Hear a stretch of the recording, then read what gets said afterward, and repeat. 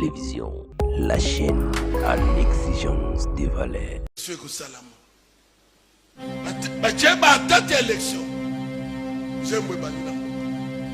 Machine à tricher, machine à voler, machine à tricher, bande Kabila Saliboye. Moi na mobile one, to betere na mobile. Tala Kabila mobile. Tala Kabila mobile. Yoka, soki bozo zela ke veka kolongola Kabila. Na koko tieso kotaka na makambi ya politique te. Bien dit. S'il vous plaît, s'il vous plaît. Bato bakolongola Kabila ezali UDPS, ezali MRC, ezali FKT. Amen. Ce n'est plus l'église. Botika ngai calme.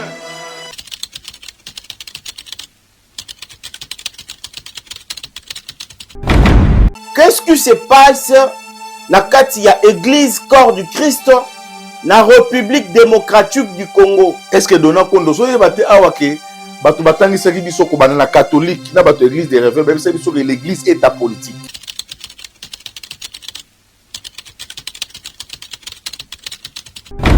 To sabela o et dérivé biso. Ne nous énerve pas. Nous avons Nzambe aucun na Toi bato Nzambe mais ne nous énerve pas. O leki biso biso.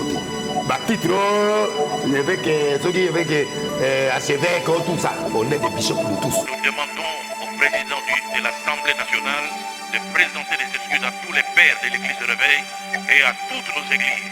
Et c'est Dieu le prendra en charge de sa famille. Ah, dans le Goliago. Dans le Goliago, je suis avec. Amozo, pour pas rater, je suis avec président des églises de réveil réformées au Congo. Dans l'onction, dans le Goliago.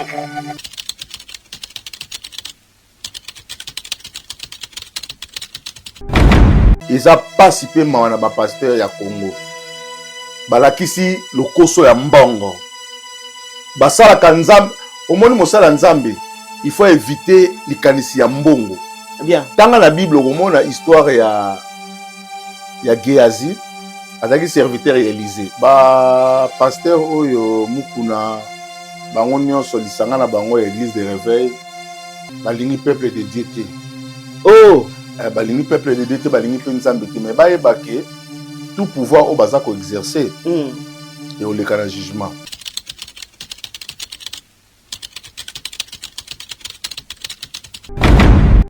Constitution na tozana mo tozotam na ibembe. Tozotam mona ibembe. Na ibembe ndenge ezalaka ya moto alai na moto na ndako bayebi te ke moto asa kufa. Nde constitution tozana. Ah bon? Oui. Natanga kango à tout moment. Constitution ezali ebembe. Ebe oui ezali ebembe. Il faut banterrer. Tozotam na ibembe na kotela chokoma ezali ebembe.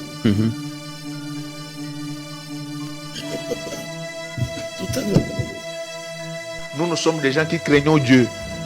Tolongo le sarabana batouze mitebiso. Est-ce que vous savez qu'il existe des camps de lépreux sur cette terre? Un pasteur ignare. L'amitié est devenue un camp de lépreux. Un pasteur ignare. Il y a des rassemblements de pasteurs. Quand ils se retrouvent, ils prennent le vin.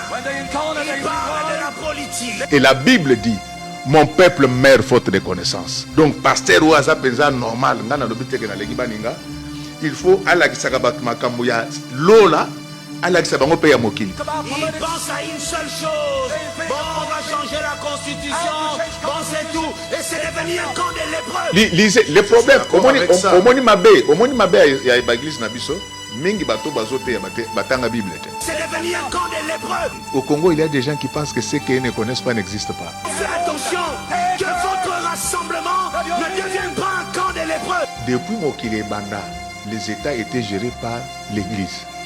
Que le Seigneur fasse grâce que je ne me retrouve jamais dans un camp de lépreux. Un pasteur ignare. L'amitié est devenue un camp de lépreux. Nazotuna yo ndeko na ngai. Ozaka satira wa. Non. Ah koto to na ba lépreux, koto to na ba ignare. Non. Comme mangana ba débat na te. Zongisanga na place na pardon. Otika no likolo. Nakokita, je ne tombe pas dans ces bassesses. On y va. Ils n'ont que ça, ils bénissent plus personne. Attention, fais attention.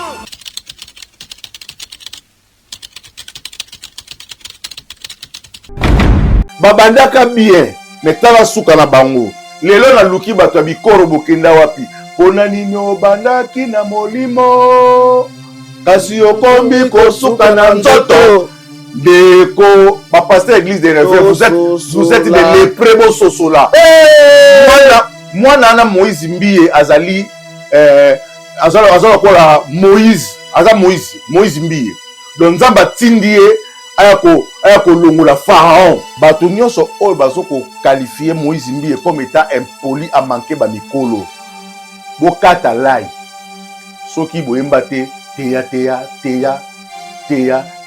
papa Moïse teya liloba na nzambe kokakola yango te.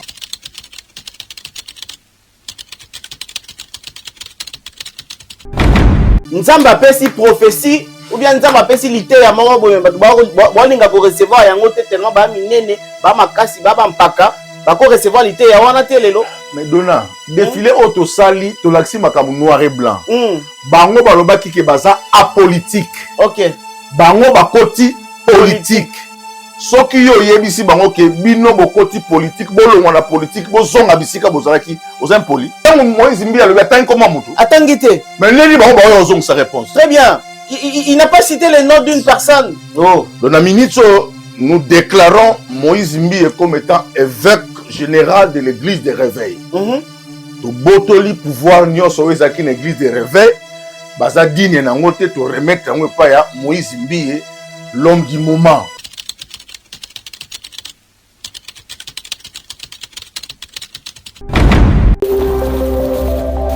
Tout Info Télévision, la chaîne à l'exigence des valeurs. Tous ensemble, na pesi bino mbote mokili mobimba boza kolanda Tout Info Télévision de valeur. Toye commettre le point sur le Z. Qu'est-ce qui se passe na kati ya Église Corps du Christ na République démocratique du Congo? S'il vous plaît, invitez-moi, appelez-moi le pasteur. Prenez cette petite vidéo, envoyez ça aux femmes, aux enfants et aux pasteurs. Envoyez ça à leurs enfants, na basi na bango, na ba proche na bango. Kobosa na te kotinda vidéo oyo na bandimi ya ba pasteur wana. L'église Corps du Christ en République démocratique du Congo. Na boyi koloba mabe, na tangi kaka kombo jusque là. Ezokene na kokufa esi ekufi ou bien ya solo église ezali kotambwisa population congolaise malamu. Botagelenga ba kombo ya ba pasteur oyo ba bengaka le prophète de la nation Denis le Païen. Taguez-moi le nom de tout ce pasteur là. Oyo ba bengaka ou bien ba considéraka le prophète de la nation. L'homme de l'écran prophétique. Vous l'osez, prophète Denis Lessi depuis les États-Unis, depuis la France, là où tu es. Na pesio bambote ya kota la batata na yo, na bana na yo, na ba collègue na yo, makambo bazo sala awa. Entre ba politiciens et ba pasteur, nani akoki koya kokota na domaine na muninga. Pasteur ne faut ya kokoma politicien ou bien politicien ne faut ya kokoma pasteur. Où allons-nous? Congo. Na bengisi na tuni susu ba pasteur oyo ya malamu. Ba lépreux na Bible, ba lépreux baza banani parce que na moni ba lépreux koloba ete batu baza ba lépreux na moni batu ba beli mitu. Ba tata ba komi koloba biloba loba na kati ya Bible. Ba sali na nzambe bo définir ngana nu. Kozala lépreux et la kisi nini bino ne boyebi mingi koleka. Ne touchez pas à mewa et ko continuer te ko bati. Mesdames et messieurs, fidèles téléspectateurs, amis abonnés de Tout Info Télévision, je suis très heureux de vous présenter cette émission où nous allons parler presque toutes les questions d'actualité concernant la politique et l'Église Corps du Christ en République démocratique du Congo. Je dis un grand merci à tous les abonnés, aussi à toutes ces personnes au Balandarabiso, ceux qui n'ont pas s'abonner, de profiter à travers cette émission. Nous sommes revenus prendre notre frère. C'est un frère. Moi, j'aurais même préféré Yate Yakanga. Na yokara lilobana Yate Yakanga. Lilobana Yete, lilobana Nzambe Kobima à travers Ye. Ki yakoyoka bato bazana ba lepre. Kosa lepre, eza ninyo. Merci à la réalisation de Baudric Katendi. Merci à Bato Basoutenara Dona Condé. Merci à Bato Bakolanda Biso partout à travers le monde. Nous voulons tous réfléchir tout autour de ce sujet, de cette actualité. Tout le monde batata balobi ete bango baza batata balongola raba 6e unité. Elingelo ba ete na kati église le corps du Christ eza na ba pasteur balongola raba 6e ibaza. Botango tata na biso godem poya koloba ke bango balongola raba 6e unité, c'est que ça ba mususu balongola raba basi bazemi bazali. Tant ba loba ke biso to fanda na basi moko, c'est-à-dire ba ba fanda pe na basi mi balé misatu. Na kati église de Roveil bazali. Tant malédiction et kende pa ba mususu pe pasteur mususu alobi na longoli malédiction au prophète au pasteur wana ou bien au évêque wana tient kati na mutu wana parce que naza na pouvoir ko lekaye confusion dans l'église. Alobaka na biso ete rendez-vous na kitata. Épiscope Wayambo azali invité na biso ya mukolo na lelo bandeko balandi. Il y a à manger et à boire. On va lui dire bonjour azali na kati ya plateau na biso.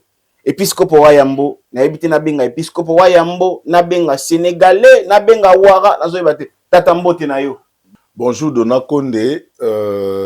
Bon. So moninga na lati oyo, c'est par rapport à les beaux cas du message li fokodiciel. Atindenga na Dubaï. Na koma na Dubaï kuna parce que Abraham abotaka Isaac abotaki pe Ismaël. Donc eza ila teli ba Ismaël do baza ba grand frère na biso. OK. Batunde ba comprendre. Bino banani? Biso ba chrétien. OK, bino ba chrétien. Kasi Abraham abotaka Isaac na Ismaël bana na ye. Donc ceux qui tolati lamba boye eza ngo ya famille kaka. Jiza bande kolata ba robe bango babakisaka ka moi ekoti oyo. Donc eza ngo pena problème te. Tolikambo ya mwana tata kulut na tata leki. Na tata leki. Donc ceux qui au moninga na extérieur na bandola tapé col pastoral na chemise à pembe. Mais na changeaki accoutrement parce que na teyamaki na Dubaï tant na koma na Dubaï na moni na Dubaï ba olié sa ba niaou na balabala niaou. Biso ba kuluna ba liaka bango modo to ba fazer o ba mi komisa ba kuluna parce que loko koliza la raté. Ba biloko na muso ba ki kuluna ni zalama biso muli manzala. So pe bo pesi ba tubula ko lia muso pe sil na ngo po ba nia wana pe un jour so ba pesi mo biloko te na Dubaï. Em so ba ko koma ba kuluna. Na ke na moni makambo bele na tangi mingi na moni batu ne babongisi mokili na bango. Très bien. Na okina mawa na motema na mi moni penza ko na za nyama mona vana na skata zamba. Yango na ba été ba émission nyonso to sa libanda na komi na accoutrement oyo so dans la plateau nde naza na épiscope Wayambo na cadre ya bato ba ebi idéologie épiscope Wayambo do awasko na molimo mujahidin Hezbollah. Très bien. Na molimo onde tezala ka pena molimo moko ya oche hein. Oh bon ça là parce que ndeko nanga mutako saote bato mukili ba bato mabe nzambe tanga salaki moto imaginez-vous nzamba regretter pourquoi ça la moto donc yemo ka sali moto ba ko regretter na si c'est-à-dire bible bi amoni moto penser nezo kendaka na nenga mabe ya moto ko dona ozo ko imaginer moto ko ebise vérité que oyo noko na biso okingani mais moto a personne interprétation na yemoko. Oui. Donc nzamba sa monango nzambe avandi penza abandi ko tala comportement mutabia penser nezo kendeka vers le mal. Azo c'est la mutasa mala mais mutasa abi Dieu babi Dieu regretta nzamba regretter Dieu na français babi Dieu s'est repenti d'avoir fait l'homme sur la terre. Fala tikane ba mboloko na ba mpaka sa na ba ngubu hippopotame bazala bona mukili. Il regretta d'avoir créé l'homme sur la terre. Talasko batango skonde omona kelelo tozo souffrir na Congo oyo. Na koma Dubaï mon cher tika na bisio tika. Très bien épiscope Wayambo elingi oloba ete kotambola pe na mboka bapaya souvent ça révolte kotala lolenge nini bandeko na biso bato parce que biso to banyama te to bato pe kwa bango kotala lolenge ni bandeko na biso bato ba ko vivre na lolenge moko ya malamu esengeli pona mutu a vivre soko songi na mboka o zali mboka ya yo moko oko vivre lokola nyama du coup au moment là quoi bango ba bato biso to banyama lelo toza pona wana te épiscope Wayambo rende kita lelo tolingi to yeba un peu est-ce que église ndenge ezalaka wana normalement église esengeli eya kozwa makambo ya politique pour que etambusa mboka lokola en même temps église en même temps politique ou bien normalement église et salama pe lobama qu'il faut tikala au milieu du village. C'est quoi le rôle de l'église na kati ya mboka? Merci Dona Konde. Ngai eloko liboso na koloba bato ba olanda ngai. Dona Konde soki bato ba koluka kosambela na lelo na zebisa yo bakeni kosambela na église ya message à Branham. Oh. Kuna pe makambo bezo bima rebelete. Makambo bezo bima eza makambo moko individuel parce que même la Bible totanga bato la bato mabe yezo lobi que tous les prophètes ba ki avanga baza bato mabe yenda za mutu malamu. Notre modèle c'est Jésus-Christ. Mais ba débat monsieur za personnel em sou mutu asali mais le message té au moins ba discours to ki ya ba église des rêveurs nous l'église des rêveurs ba te que biso individu donato nani ba bibiso lisanga ba église ya rêveurs yango ce lobi que au lieu au Kenya, une église de réveil. Oh non, c'est une église de réveil. Katuka kuna. Sambela une église de message. Parce que, babi ozo mona lelo zo pesa batu passe na motema. Eza mingi na batu ba église de réveil. OK. C'est trop bon soto.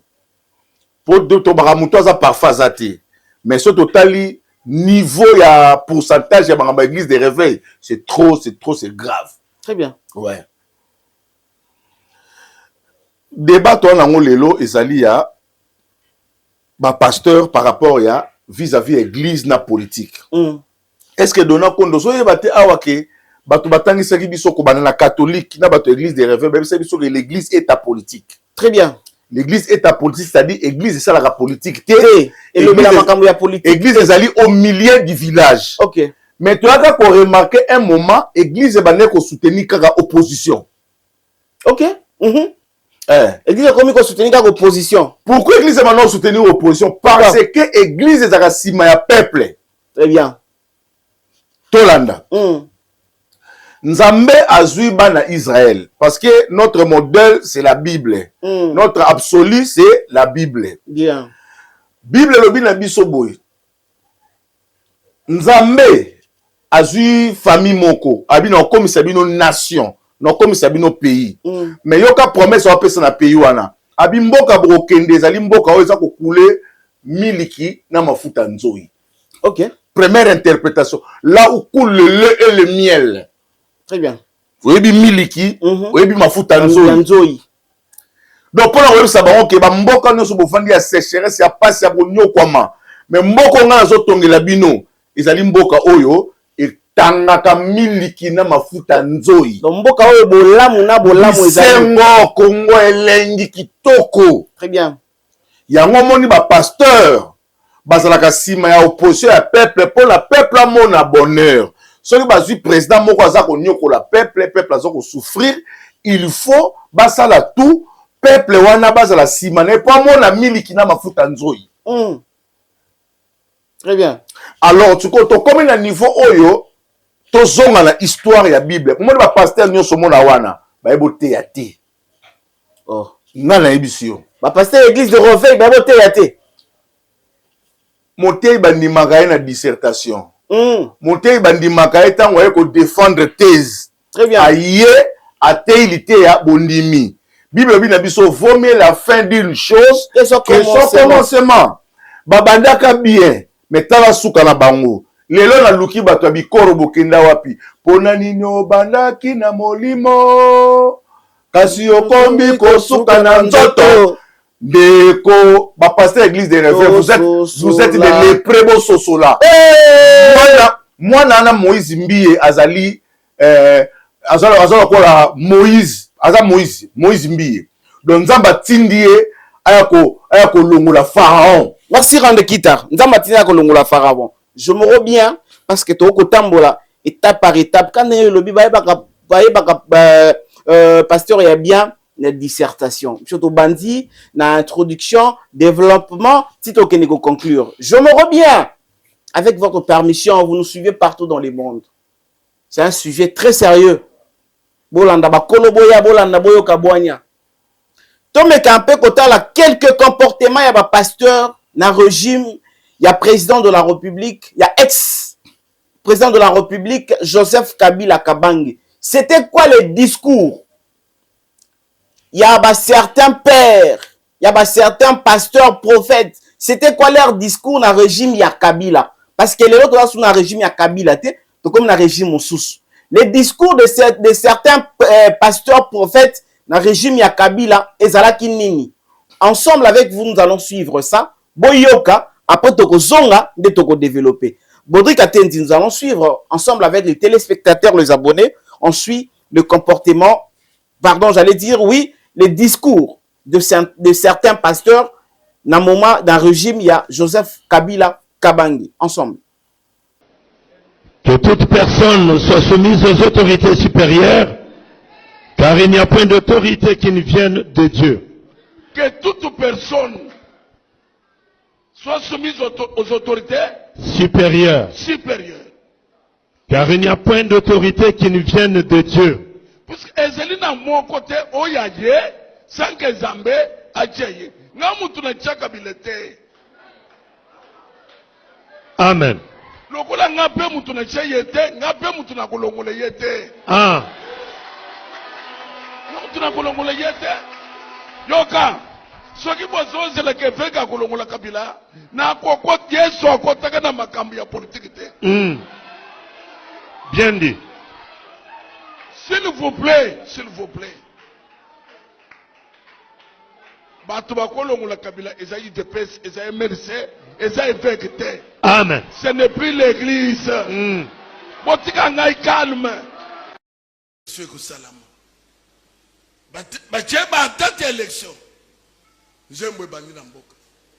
Machine à tricher, machine à voler. Machine à tricher, bande Kabila seliboye. Mwana mobali wan te to betele na maboko. Tele Kabila maboko.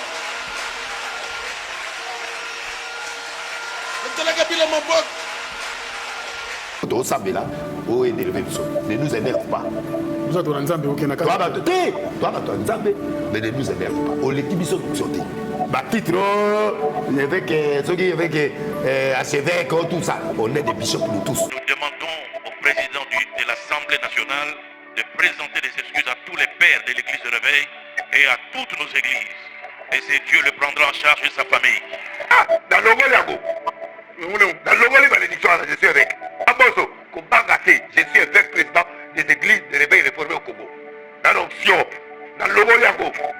Merci beaucoup, le monde entier, le globe terrestre, vous êtes en train de nous suivre. Toyoki Tomoni, l'église nous confirme que baza habilité te ya koya kolobela politique ya koya kolongola boye ya koya kobakisa kolongola. Episcope wa Yambo, wana ezali tolandi ensemble ezali bongo. Discours ya bayi tata o bandai koloba na biso tango mokonzi Kabila Joseph Kabange azalaki na pouvoir. Okoki ko défendre yango lo lengeni mbia ko commenter yango boni. Papa Dona, le message est clair. Ba pasteur oyo mukuna bango nyonso lisanga na bango église de réveil balingi peuple de Dieu te. Oh, balingi peuple de Dieu te balingi pe Nzambe te mais ba yebake tout pouvoir au baza ko exercer et au le jugement. Très bien.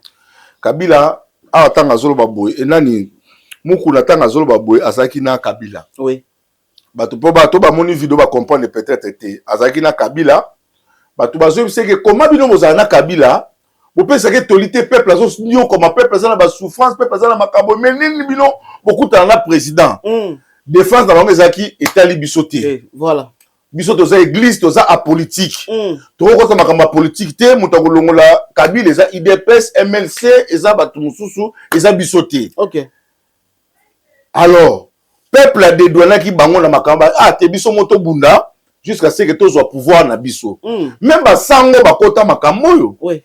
Batu ba kufa ba manifestation ba sango ba zo ba roquette ba zo ba biloko milinga ba sango. Mais si mu kendilo baza wapi ba Thérèse Kapangala baza wapi. Trobaki wapi par église sauvé biso to na pasi église habité biso to za poli. Yango ki makambo kuno ba. Biso li biso te. Oti na ngate botika na va la calme. Voilà. Wana makambo na ngai. Eza makambo na ngate tali ngai te. Kende kuna. Alors Jésus a salaka politique té. Bien. Effectivement, la carte de la Bible, Jésus a sala politique té. Mais mon cher ami, ils a participé à un pasteur ya Congo. Balakisi le koso ya mbongo. Basala kanzam, au moins mosala nzambe, il faut éviter les kanisi ya mbongo. Bien. Dans la Bible, au moins la histoire ya Géasi, avec serviteur Élisée. Serviteur Élisée wana un jour mukonzi moko ya mboka bapaya abeli malade ya maba. Toujours malade ya maba. Voilà lépreux. Abeli malade, tant abeli malade. Et ko sala ke ake ko lukanzamba Israël parce que servante na ye, ezali mo histoire mo moulayi, et puis c'est que pendant biso to la prophète, so kuta na prophète a guérir yo. Tango akomi akuta na prophète et c'est que na ma journée que nous koya cette fois. Voilà. Pour bika. Aboyi, na mukonzi momba d'ailleurs yambinga kutute atemine musika mais mutu wana yakindeni babi yakina ba char, yakina ba cadeau, na ba biloko, na mbongo, biloko ebele. Abisi ke ta biloko na elio yango na epo, babisi nga yondo bixaka, o bixanga abisi bon na yokiyo, lokolo ko lukanzambe na biso. Ke na mai ko ya cette fois au bika. On a douté, mais yambinga te tout ça. Babi, yeso le makambera takate. Yo kende kaka, akiipa kwe kaka, maladi nyoso abiki. Azonga ina biloko. Abi en tout cas, ne ko pesa gloire à Nzambe. Tala biloko zo c'était. Ne ba pasteur ba ko sa biso to zo ki yango ya ofele. Nzamba pesa ki ya ofele biso to ko teka pona nini. Abi za ki ya ofele, lokolo biki. Kumisa nzambe kena biloko na nango besoin te. Aki. Mazaki na serviteur na emoko Géasi. Abi ba viatiki ba plan. Viatiki makambo ekende. Abeti sima loboko, aki kuna na sima, abi c'était père abi abosanaki. Libérer ba plan. Na lar tout pesa. Ake frapper na ndenge na ye. Frappe. Baza bato mankiona. Lelo mokili mobimbe moni bato wala misala bango. Moïse Mbi alobika eloko moko ya mukie était trouble na mboka ba pasteur nyoso moni Moïse Mbi soki ba tie ba wana ba pasteur wana ba kutani ba roboma mwana wana mais rakita mutu na photo tout sauter est-ce que lelo église ou bien pasteur ou aza ko lobake aza politique wana nazo ngana discours wana aza politique ma politique etaliete est-ce que ko peut parvenir ko loba na église bo betela nano président na maboko mazako lobaka aza politique manke lobaka bo betela nano Kabila maboko est-ce que ça coïncide est-ce que ça a un sens non problème est que ce sont des flatteurs bien ce sont des flatteurs moment na ba betela Kabila maboko ezaki moment oyo Kabila a pesa ki pouvoir donc to loba Kabila po ba balinga te ba ke Kabila pesa pouvoir donc Kabila akomaki malamu na IDPS. OK. Parti oya lingaka, oya soutenaka. Yango skotanga moni ndengona. Est-ce que biki muku nazaka mutu IDPS? Azalanda parti politique. Est-ce que un président roza muta parti politique na lobi yango papa na munoko ne moka lobi tangu vraiment nani Etienne Tshisekedi qui prêter serment na bengi banabi mais vie makambo to sala biso. Si vous avez l'IDPS, ça concerne l'IDPS. Très bien. Mais tant que vous avez l'IDPS, parce que vous avez commencé à tourner, vous avez l'IDPS, vous avez défendu l'IDPS, parce que vous avez la carte IDPS. Mais l'IDPS, c'est pas l'IDPS, vous avez la carte. Donc, pour nous appartenir à l'IDPS, c'est seulement l'histoire de la carte. C'est l'histoire de défendre l'idéologie de Bango, parce que parti moko azana problème ma carte abi vie makamba sala ki biso to bi a vie loko sala biso ezala kate dona konde ba pasteur nzamba laksi mabena o mona otomoni boye ezali loko le baba likamno so kana bande nango eza pena suka nango to landa siko discours to pesa ki zelana to pesa ki bango ke makambo bo sala boke na oti na suka makambo bo sala un jour nzamba ko bimisa bino lelo sko nzamba senini abimisi bango voilà. Merci beaucoup à la réalisation de nous proposer encore cet élément actuel. Ba pasteur oyo hier bazala ki ba politique balinga ki te ba associé bango na ma politique et aujourd'hui discours na bango ou bien message na bango pour la population et anime. Suivons ça ensemble, on se retrouve juste après. changement à la constitution, modification à la constitution, nous allons l'accompagner. Parce que c'est ça le rôle de l'église. On ne peut pas empêcher les chefs de l'État d'y réfléchir. C'est irrationnel si nous l'empêchons. Ça veut dire, nous en tant qu'église, non, si le chef de l'État va changer la constitution, nous l'église de réveil, nous allons les suivre. S'il va modifier la constitution, nous l'église de réveil, nous allons les suivre. Parce que nous sommes des gens qui craignons Dieu. Est-ce que vous savez qu'il existe des camps de lépreux sur cette terre? Un pasteur ignare. L'amitié est devenue un camp de lépreux. Un pasteur ignare. Il y a des rassemblements de pasteurs. Quand ils se retrouvent, ils prennent le vin. Ils parlent de la politique. Et la Bible dit, mon peuple meurt faute de connaissance. Donc, pasteur ou azapenza normal, il faut à la Gisagabatmakambuya, Lola, à la Gisabangopeya Mokili. Ils pensent à une seule chose. Bon, on va changer la constitution. Bon, c'est tout. Et c'est devenu un camp de lépreux. Les problèmes, au moni mabe, il y a l'église Nabiso. Mingi bato bazote batanga Bible. C'est devenu un camp de lépreux. Au Congo, il y a des gens qui pensent que ce qu'ils ne connaissent pas n'existe pas. Faites attention que votre rassemblement ne devienne pas un camp de lépreux. Depuis Mokile Banda, les États étaient gérés par l'Église. Que le Seigneur fasse grâce que je ne me retrouve jamais dans un camp de lépreux. Un pasteur ignare. L'amitié est devenue un camp de lépreux. Non.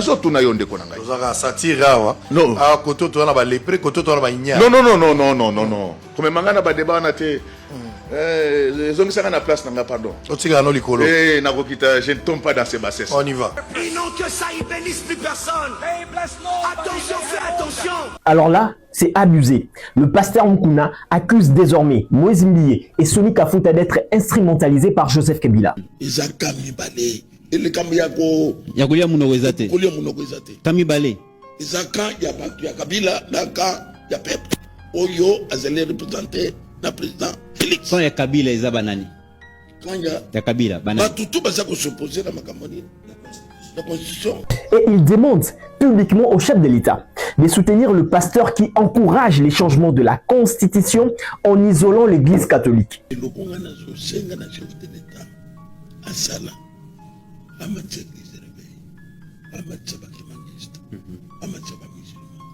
Donc, la place à consulter bateau,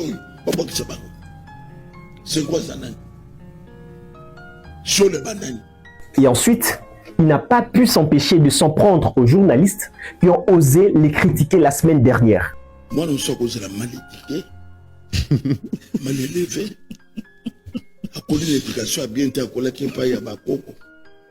À cause respecter papa y a mon na maman papa na yemoko à respecter qui était. Oui, à zolo bona cause na ya mona ngata ya misato ya mine. Mais revenons à ces accusations. Vous avez suivi récemment le pasteur Moïse Mbiye qui a balancé que la plupart de pasteurs qui crient aujourd'hui au changement de la constitution ne l'ont jamais lu. À étudier eux-mêmes, ils ne doivent pas se lever, parler d'une constitution que eux-mêmes n'ont jamais lue, ne maîtrisent pas, sans nous donner des éléments concrets. Dire seulement que nous allons changer, mais changer quoi? Les politiques, quand ils passent sur Top Congo, ils parlent de ce qui doit changer, ils nous parlent des articles. Mais nous, nous disons, on doit changer pour soutenir les chefs de l'État. Ce n'est pas la bonne communication. En suivant ça, personnellement, je me disais que le pasteur Mukuna va sortir des grands jeux. Il va prouver au pasteur Moïse Mbiye qu'il maîtrise les textes et qu'il va citer les articles à changer. Et ensuite, il va faire des propositions solides. Mais malheureusement, je me suis trompé. Constitution na tozana mo tozotam na ibembe. Tozotam mona ibembe. Na ibembe. Ndenge zalaka ya mutu alai na mutu na ndako éviter que mutu asa kufa. Nde constitution tozana ya. Ah bon? Oui. La tanga kango à tout moment. Constitution za ezali ibembe. Ebe oui za ibembe. Il faut banterrer. Tozotam na ibembe na butele chokoma za ibembe.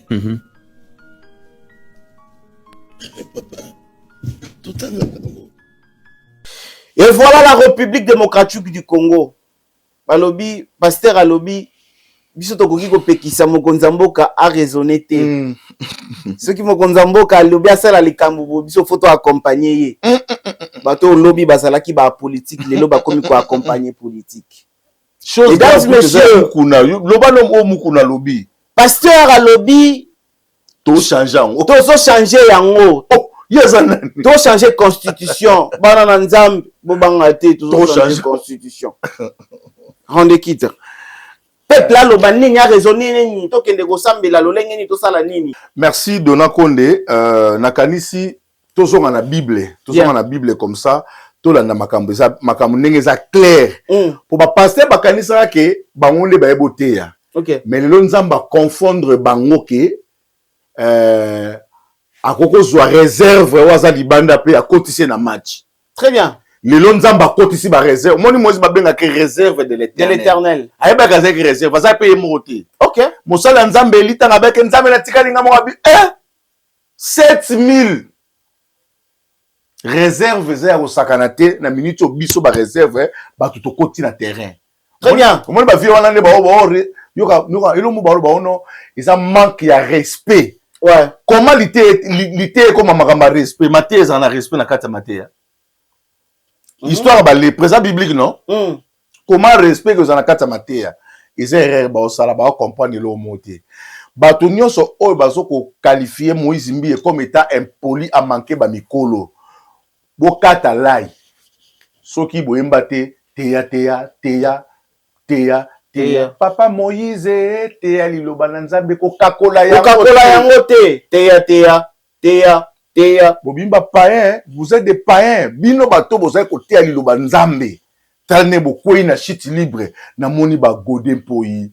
Na moni ba pasteur moko azaka secrétaire na bango RC bango nyonso bazoya kolakisa biso ke Moïse Mbiye azali muto masumu aza mutu mabe netka koloba na bango te musu ba établir comme aza impoli mais liloba nzambe ezala na respecté. Donc on kita lelo tozwa likambo bia liteya oyo Moïse Mbiya te tozwa yango na nzoto te tozwa yango lokola nzambe apesi prophétie ou bien nzambe apesi liteya moko boye balinga ko recevoir yango te tellement ba minene ba makasi ba mpaka ba ko recevoir liteya wana te lelo. Mais Dona défilé auto sali to laxi makamu noir et blanc. Bango balobaki ke baza apolitique. OK. Bango bakoti politique. Soki yo yebisi bango ke bino bokoti politique bolongwa na politique bozonga bisika bozalaki oza impoli. Mais okoki koloba bongo. Alors limbole la bisonano nazoli na kota na kota. OK. Oyo Moïse Mbiya ça eza langage ya prédication. Prophète moko tango David asa abomaki mosa iri aye pas David. Ayebisi David nazana likamo bo awa mutu moko azaki na ba meme na ye azaki na meme moko muso azaki na ba meme belé mupaye kotala mutu azaki na ba meme belé atiki ba meme nyonso akezwa ka meme moko mutu abomi ye alambi apesi ba paye na ye. David abi ah bon abo ila mutu ana yawo bako botole ba meme wana alinga saka mouvement bisete kaseza yoti nzamba lobi ozali na basi beloko ya kozwa mozu mosa iri obumisi iri na guerre et frapper yemoko mais yemo kasi langage ya prédicateur. Très bien. Abandi na lycée te ndo la sagesse te abandi na lycée. Tant Moïse Mbiya lobi attend comment mutu atangite mais leli ba ozong sa réponse. Très bien. Il n'a pas cité le nom d'une personne. Non, alobi kaka batata moko boye. Attendez comme batata te alobi ke le lépreux, ba lépreux. Et le wana bor wana Moïse Mbiya to luko, tout monde ndo za to décorer aux évêques. Oh, dans la minute nous déclarons Moïse Mbiya comme étant évêque général de l'église des réveils. To botoli pouvoir nyonso ezaki na église des réveils, baza digne na ngote to remettre ngo pa ya Moïse Mbiya l'homme du moment. Si qu'on rende quitte, bato belé bazali pe ko comprendre ti. Essaye un peu de nous éclaircir. Nazoli ngala zongo na Bible. Ngala zongo na Bible pour la relaxo boye. Bokondi ndenge ezalaki wana, bokondi ezalaki politique ekoka ko sala bokondi te. Voilà. Bazwa mbongo ba ko yebisa Jésus. To futa mpako, to futa mpako te. Yesu yebiseki bango rendre à César ce qui est à César. Bien. Rendre à Dieu ce qui est à Dieu. Bongo. Pourquoi le pouvoir et l'église est ambola kanzela moko? Le pouvoir et l'église. Oui. Pourquoi église azosola na nzambe direct nzambe mutatsaka pouvoir parce que toute autorité vient de Dieu. Et le pouvoir, oui, nzambe mutatsaka. Très bien. Maintenant, si le pouvoir ne marche pas bien, mutawe bisaye ke olongwa isa nzambe. A repasser par ba prophète. A bisaye ke o continuer, to ko continuer.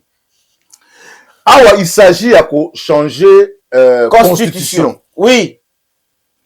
Alors, tout ça na ba image oyo bazako bonde la président à tout moment que ça la troisième omoni ko changer constitution on peneza problème telo bato ba comprendre teza wana bato bazobo yande ke président asala troisième mandat mais babosani ke avant makambo ebima sur le plan politique to ando ka déjà que to ko changer on po aumela ouais to ko changer de yo ko to bo c'est a kedeta ça to ko changer on po aumela pensez à bato ça qui déjà place wana so ta bato ba su ba ko changer ndi ba oh mais comment bato likambo biso to lingite salama bango ba oluka esa nini et salama ndo moni bato bani ko telemela so e ko changer te maintenant président to senga ka na ba conseiller il faut que le président a la communication dans Nzambe poye ba soki Nzamba za capable andimi a continuer likambo wana to continuer te siko bato fo ba biso vérité wana bango bato bazala na mafuta na munoko. Très bien.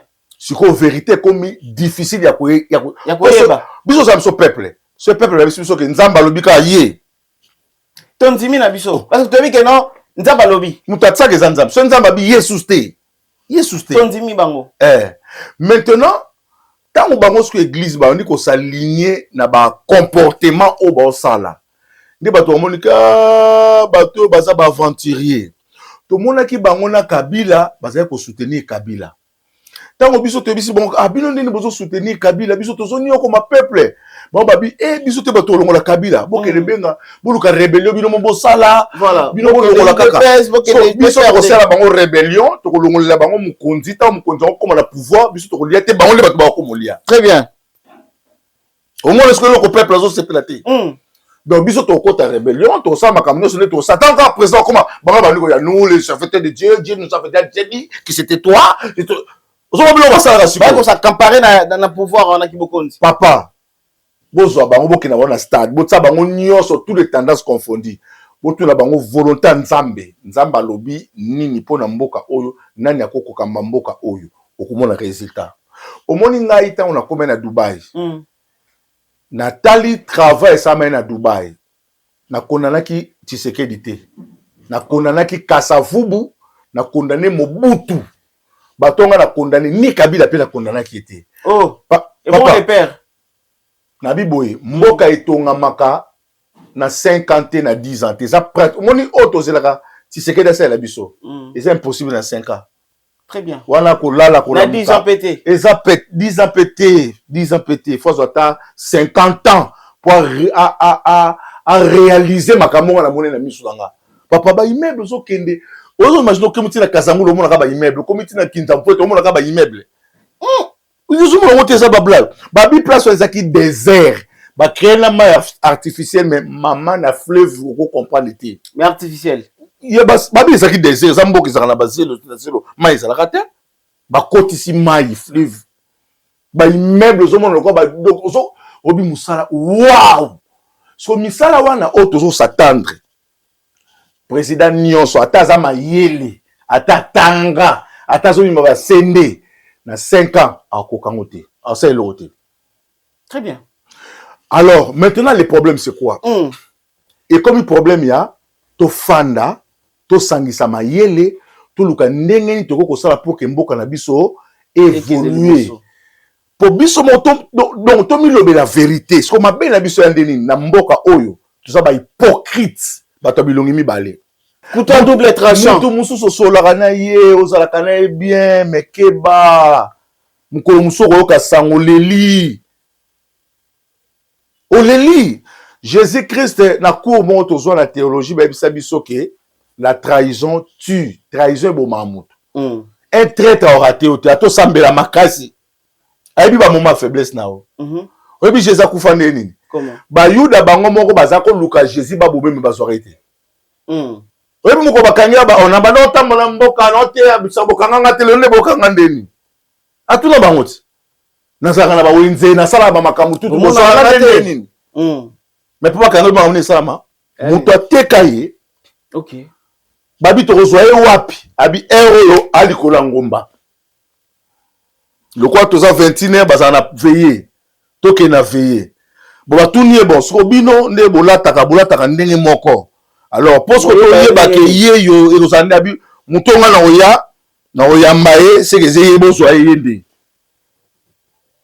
Zouzou alenge oka ivoirien bayemba Zouzou alenge Zouzou a trahison mboka oyo sokufa pona trahison nous sommes des traîtres même président ndenga azana ba traître yo moni te ke makambe bela ko sala monte pona nini ba infiltrer bazana kati ba infiltrer mais est-ce que batata na biso yo bango ba koloba makambo wana te bango baza balia mbola omoni est-ce que bango na kati na bango est-ce que bango pe ba infiltration ezali bango baza basena nzambe yo zo comprendre te rôle na bango ezalaki balakisa président ke ba infiltrer bazali tobondeli nzambe lobi boye sala boye bango bato bapesa schéma te basala nzambe pembe na président bazoka banganga yo tala match te otala match te bien omoni match so zo betama nganga zara bato bakenda stade bamona mutu so bi mutaka la kimi na terrain abuwa kele ko na poto akei ata bobeti esa boka ki déjà et silibi yango ne koti muso ya yibi mushwara gardien akei nango tomona kango na match contre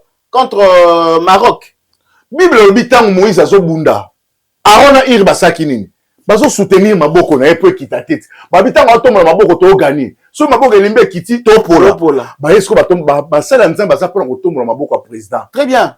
Mais siko tango bako bakomi corrompu bazo lia ka mafuta kaka tani ni balango ko bondela. Et c'est basambela yango babi alobi na ba OK bozana ba 20 bona ba mbi. Bala nzambe te no lo banu makambo zo comprendre te. Nous sommes là ba pasteur un message tout autour de makambo wana. Nous sommes là ba pasteur un message. Et le président ba lo makambo wana ba sa makambo wana. Nous sommes là les forts du ciel. Nous sommes là ba routika son to moni di oka pemela makambo wana. Très bien. Et ce sont des basa ba to baso kima makambo Moïse mbi abeti c'est un docteur on est photo là c'est ba diplôme le abimisi loko moko caché parce que ba wana ba komina lokoso mbongo. Loko bana lokoso mbongo. Ba boy ko bisa président ba vérité pour que l'obis président échoué et ça na mutu na Mobutu a échoué awa. Ba pe ça faute à Mobutu te ba bia ça na ba conseiller mabe. Et ça ba pe ça Mobutu faute. Ba bi faute n'était Mobutu ndé non, ça qui mal entouré. Tourner la tango à Kabila. Ya Joseph. A lobby tango zo kenda bike nazaki na 3 personnes à malamu te. 15 hein. So nazaki na bango mbena sali makambo. Bongo le président Tshisekedi. Combien va détourner Bambongo? Eh plein, papa. Sur Rwanda Zabato. Sur Osala Nini. Ça peut pas mal entouré. Si on est tourné sur Osala Nini, Mouta Batu. Tolo ba makambo. Yango le bisanga na soko na sala millier na katikati. Tolo ba makambo ndenge zali poto changer. So que to sala ba jet to sa hypocrisie. To ko changer te. Ça ko so so pota. Ozo pa ko lango ba makala. Alors on est na lingi atuna motuna oyo.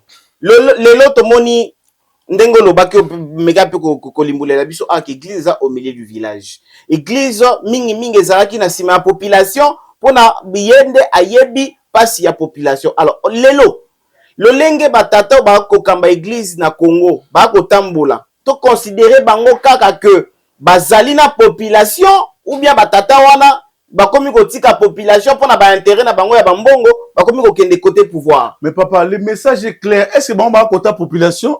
Tant aux populations l'église na bango. Non, tant aux populations boyi ba changer. Bango ba lobby to changer. Muku na pena zo ba pena ouvertement abi tozo changer ngo pona dikambo golem pour leki na boso na politique. Abi to changer ngo pona muku na abi to changer pona Sénat. Golem pour abi to changer ngo pona ba partenaire ya Amérique baya pour permettre ba retravailler. Voilà. Mais pona likambo ya président peuple ye monde muto sanini akokata. Voilà. Ça, c'est leur défense. Maintenant, ce qu'on a le baboué. Et là, on va défendre. Manière déjà de présenter qui déjà présenter qui ma b. Crainte ya peuple les banga parce que tozo le 10 jours chaque jour président aza bien.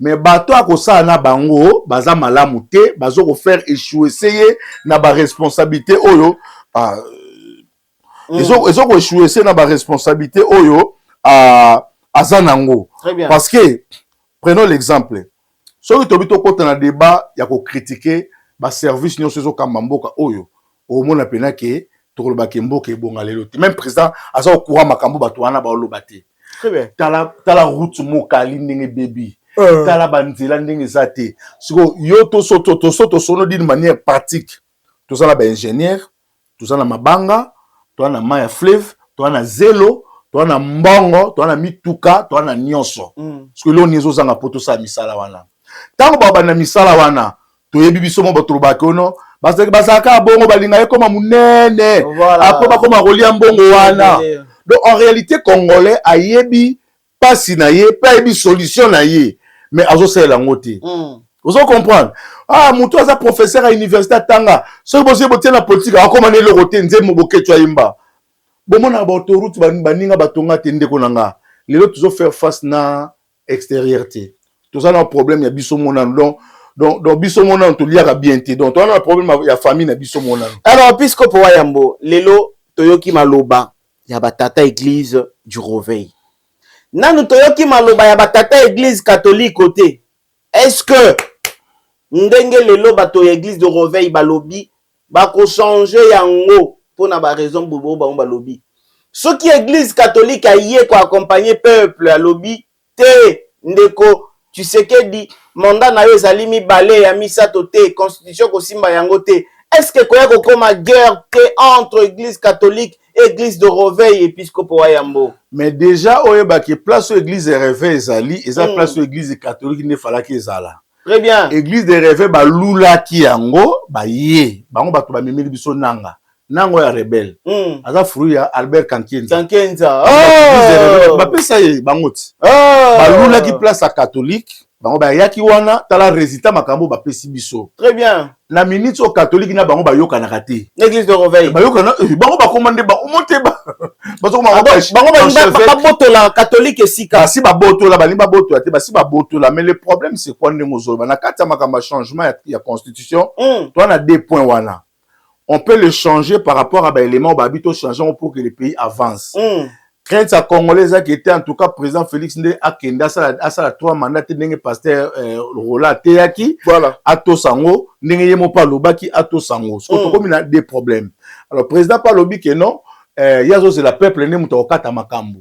Yango place on a ebisi OK pour na kosala musala pour Congo ebongi comme kitoko 5 ans eza muke 10 ans eza muke 20 ans eza muke 30 ans eza muke mais si ko problème na ngeza place ni basali ya nzambe tozana besoin bebisa biso ainsi dit l'Éternel pourquoi tozolo bela likambo bato nzambe tozolo bela makambo ba pagano te tozolo makambo politique te bino bozali ba serviteur de Dieu lokola boza ba serviteur de Dieu mutatiaka mutu na pouvoir eza nani eza nzambe bobi toute autorité établie vient de Dieu.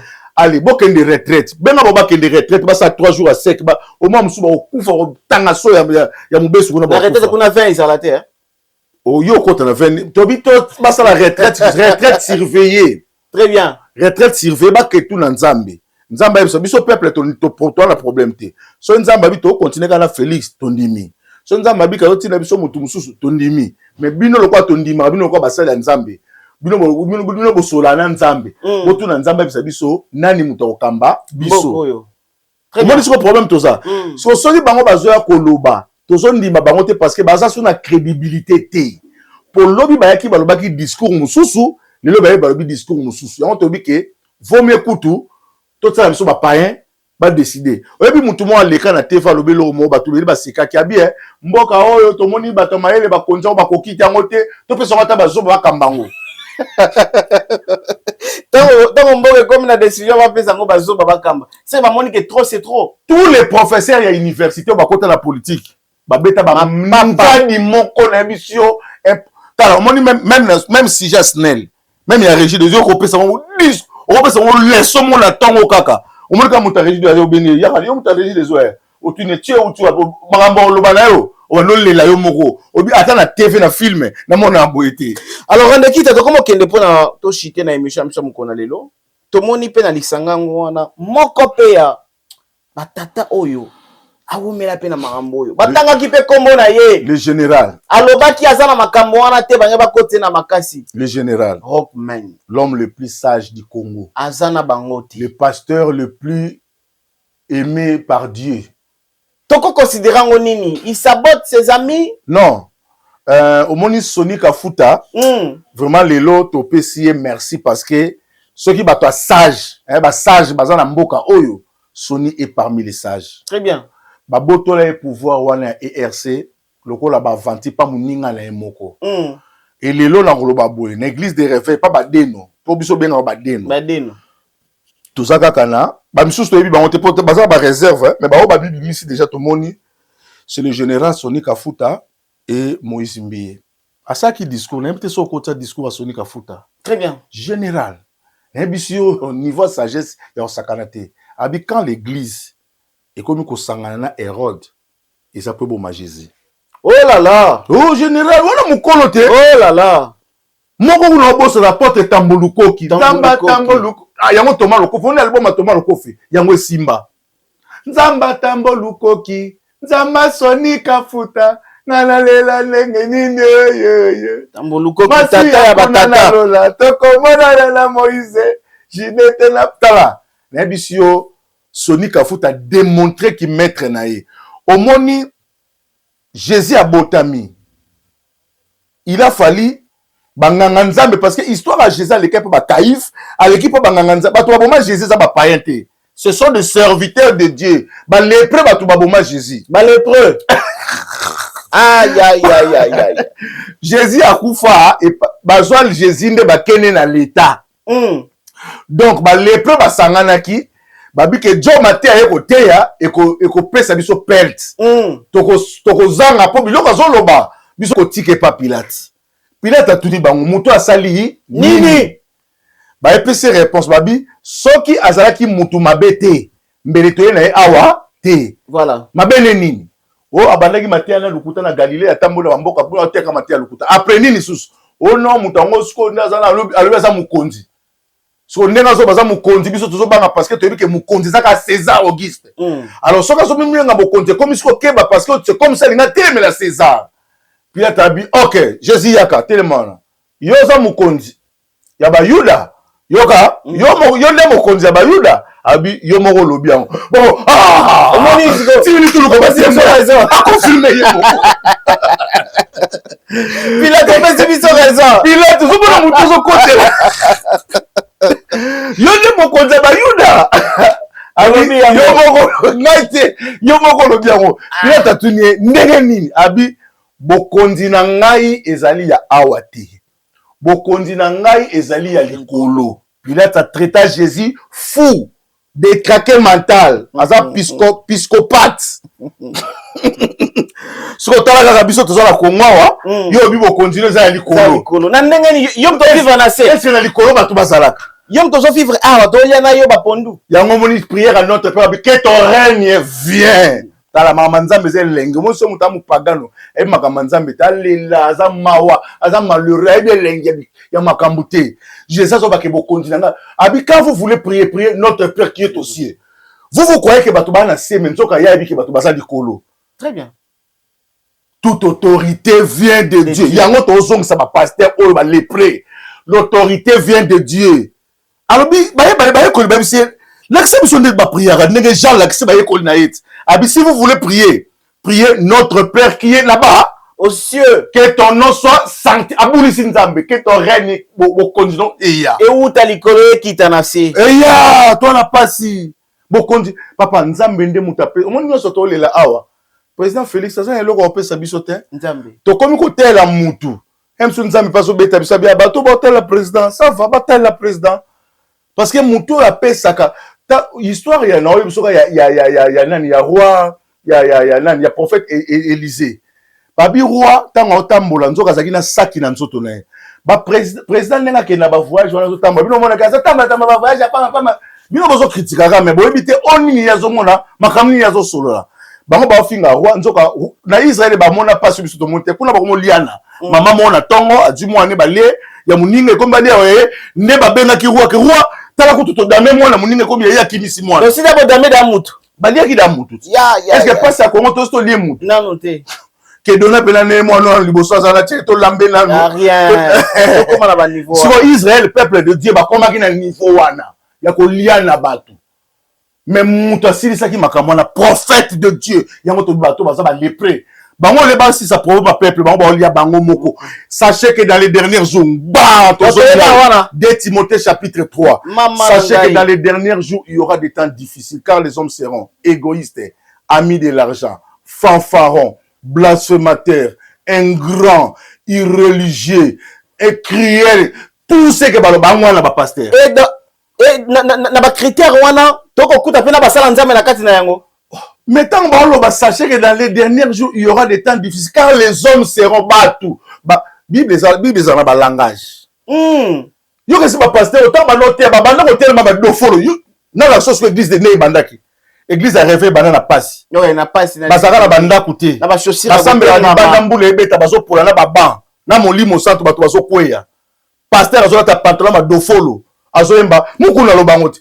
Biso babola tozali bato na mpasi nzambe na bolingo yokela biso ma donc idée la bango ezaka nzamba boma mukito ke lola so tant matériel yé baluli basu na pose ya kozonga pa ya tata te pasteur atie kiti ya ba na pro na zomo na yenda komi nzambe nde loko komeli bango yango yo soko moni soda na kati ya ndako na ye atie ba congélateur atie ba TV atie ba biloko boye akesu guerre ta okima abatama attention na sur lisasi identique biloko soldats ça na posa eloko mokili suste alobi nous sommes les soldats de Jésus-Christ le général Soni Kafuta tina ngata image ya Soni bato bayo tokotia yango na fait parce que toko presque na super émission Soni alobi nous sommes les soldats de Jésus biso to ba soda asepelisaka muto akotiaki na ki soda. Soko moni ta symbole en Bible le boye. Soda o yaza kolata teni a sepela te koleka soda azo longola teni. OK. Lelo mutu ba ko ma pasteur azo sepela azo ateka defense na ko pasteur yo pasteur bandi mebele yo pasteur za musala mabe ya pas ko mekate ba donc jamais ko sala moté. Tous les pasteurs onzamba benga ba kima baboya. Si tu veux connaître un vrai pasteur, il doit refuser l'appel. Quand on a bien faut boya nanu faut boya Jonas azwaki na libum Jonas akimaki akimaki balobi batindi yake na Ninive ya zuma suwa ke Tarsis ake sens contraire nzamba lande na mbisa munene ba meli bazongisi ekuna aboyi na yabo lolela na boyi na ngai Yesu akanga singa na kingo ata na kimi eza musala esengote ko yango bakomi nga nazali archevêque nazali l'évêque le plus le eza musala ya pasi ya mawa rende quitte eza musala ya pasi ya mawa. Nous vous promettons qu'à la fin de cette émission nous allons vous mettre le discours de l'évêque Soni Kafuta Rockman. Dans tout ça nous sommes arrivés à la fin. Lelo nyonso oyo les prophètes Denis Saloba na batu pona ba prophète ya Congo topé ça y raison ou pas.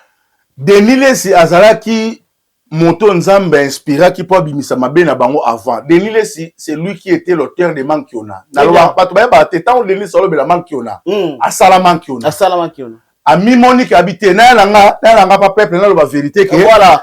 Abi binisi mutali bosa sauter premier. So bango bandi ko kosa te to sala kango te to sala ka boete to sala habité to sala ka.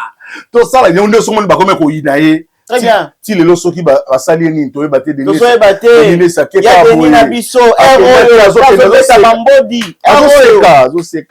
Denis nzoka zo kende Denis lesaki parce que ça Denis lesi yangoyo akomaki menacé bakangai basala obinde akomema akimi azongi pona nini akomi koteka bango bimisa biloko nyonso na kosa eza bongo teza kosa e criminel otiki crime voilà ba criminel ba bareot parce que soki batiki yoka vivant on fongola bango très bien episcope wa yambo tokomi na suka tomona rabipai mususu bachaka maboko likolo bandi kotuna maituna biso tokotuna te likambo moko kaka boya na ba commentaire biso to bandi émission oyo ya makambo oyo il y a ba constitution, il y a ba pasteur, il y a ba nani, bino moko bo juger.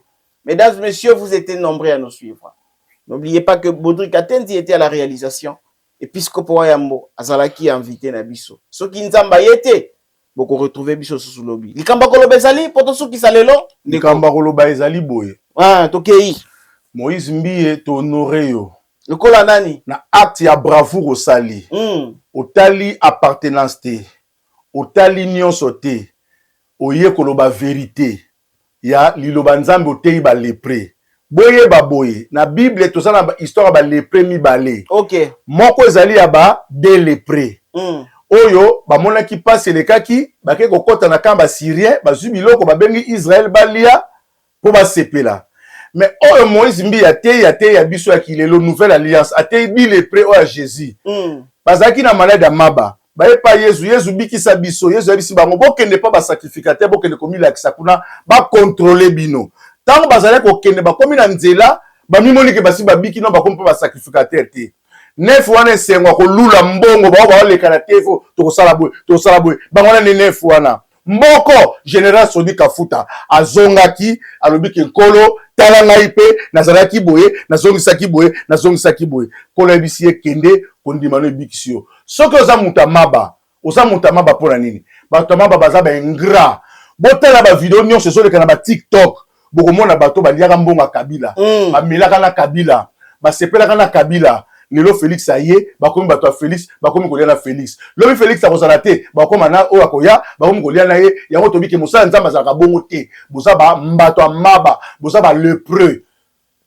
Très bien, merci beaucoup bandeko balandi bokende ko s'abonner kende cliquer na cloche wana notification pour tout le monde a été ya solo penza okomi abonné na biso ko rataka lisusu ba émission te Episcopo Wayambo azongi avec beaucoup de force parce que j'ai tellement ébélé bolanda biso na émission oyo zali na prochaine émission otoko beta sous actualité mususu tokutani mbala sima topesi bino bye bye.